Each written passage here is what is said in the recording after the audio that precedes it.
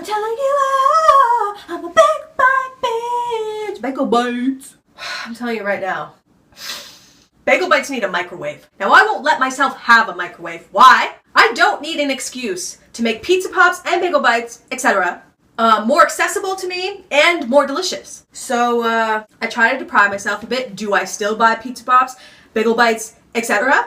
100%. But they're less delicious. Therefore, I eat them less. That's my version of a diet. When I go to my friend Jenny's house, she does have a microwave. What do I do immediately as soon as I arrive? Bust out the frozen pepperoni pizza pops that I always keep in my pocket and microwave that shit immediately. Don't even get me started on the tender, flaky bagel base of a microwave bagel bite. An oven-baked bagel bite? Garbage. I don't want to hear that sound from a precious morsel of bagel bite. Sounds like a fucking taut elastic band. I don't want tautness in any forms. Not in my body. Certainly not in my fucking bagel bites. Shall we start with the tautest of them all? Oh, bitch. Look, I know I was talking a lot of shit about you. About how you're not chill with ovens and you're kind of burned, and I take it all back. I take it all back. You are fucking amazing. Bagel bites are bomb. Oh, bitch. And there's nothing cozier. Is there anything cozier in this world than a sweet, adorable, kind, precious, innocent pepperoni bagel bite? You know what? I need these bagel bites today.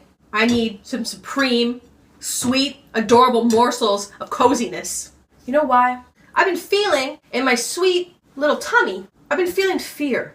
You know what I mean? Some say it's anxiety, but this like feeling of fear, dread, I feel it physically in my body.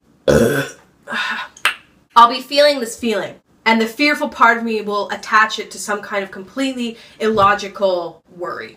That isn't gonna fucking happen. That is literally impossible.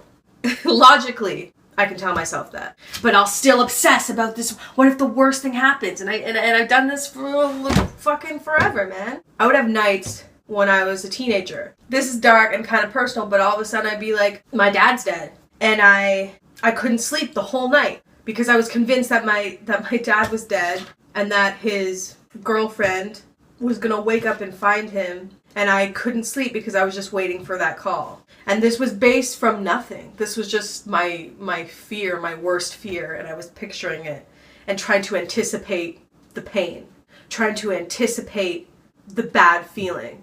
And that didn't happen. My dad did die, but it didn't happen like that. It didn't happen within even a 10-year span of those nights.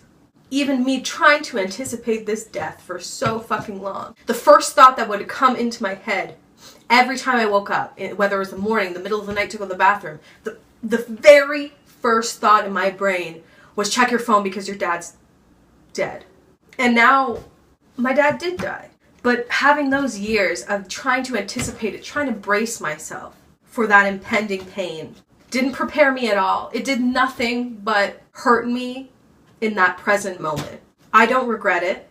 I don't want to regret any negative feelings that I have, because every negative feeling that I feel and that I allow myself to feel are lessons for me to learn. And I appreciate them, and I'm thankful for those nights. Were they fun? No. Did I want to have them? No.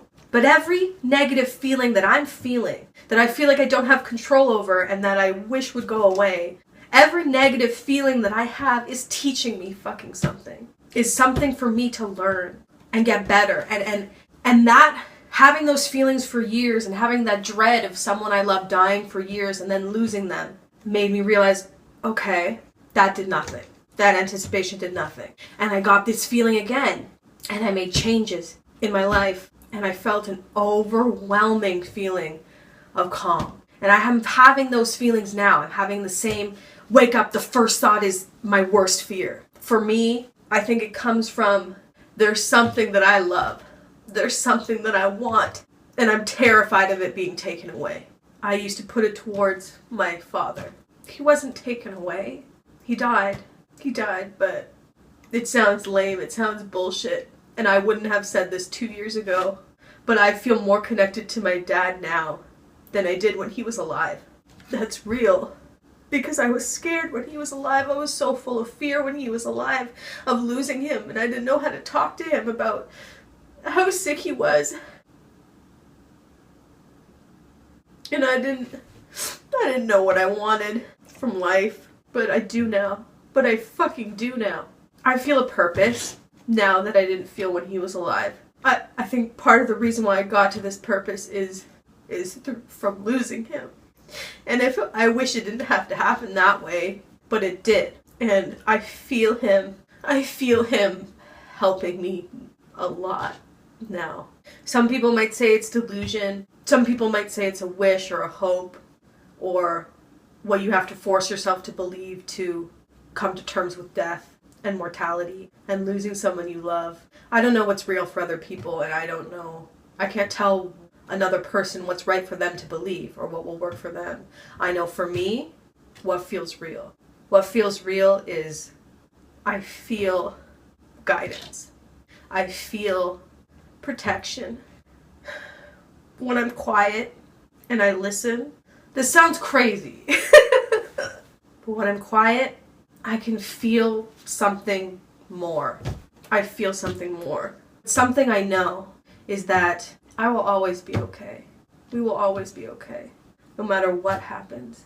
And I have this fear because there's something that I want.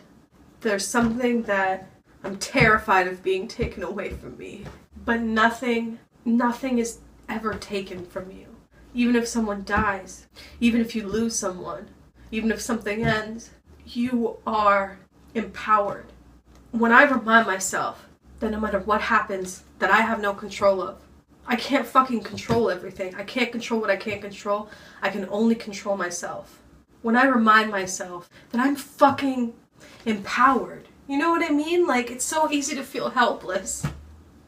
Especially when it comes to this feeling of fear. Like, I feel like helpless to it. Like, I can't stop, and it ruins like sweet moments.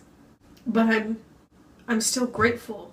I'm grateful for the fear and the pain and all the shittiness because what I've learned, hurting and pain is always leading you to something fucking amazing. I can't explain how much I believe that and how much I know that. I know that every time in my life that I felt terrible, that I felt like shit, that I've been scared, every period of that in my life has led to something fucking amazing.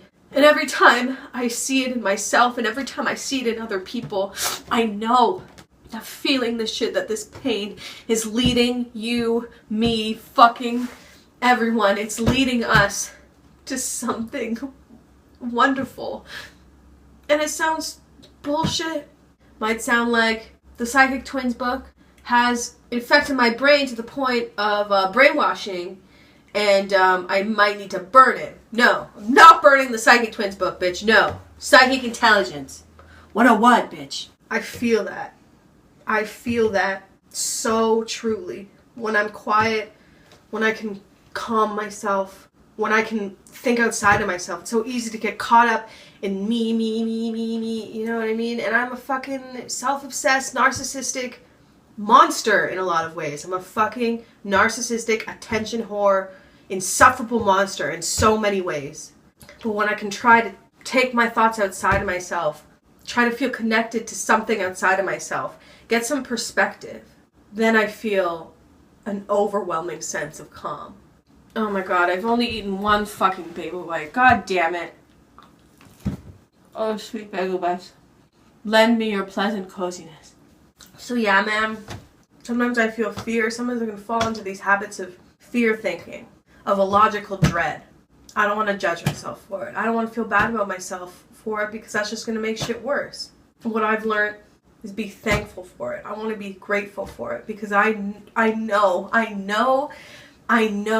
that it is leading me to something wonderful, to something that I can't even dream about now. I know that. And this all might sound fucking delusional. This all might sound wickety whack, don't talk back. You know what I mean? But if you're feeling shitty, whether it's anxiety, fear, sadness, grief, try to have a moment of quiet and try to look around and look closely to what you see.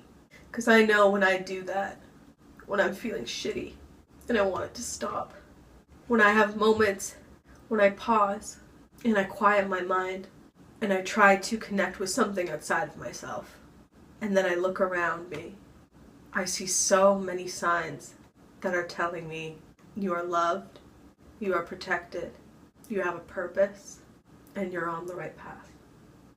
And that's really real to me. It's really real to me.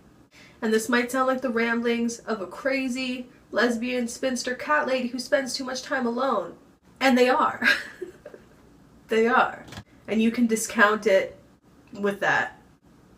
But I wouldn't. And I don't. I'm not going to discount myself and what I feel and what I know to be true for me. Because it is real. It is real. I know I will always be okay. And I know I'm going to get to where I'm going. No matter what. No matter what. Thank you, Bagel Bites.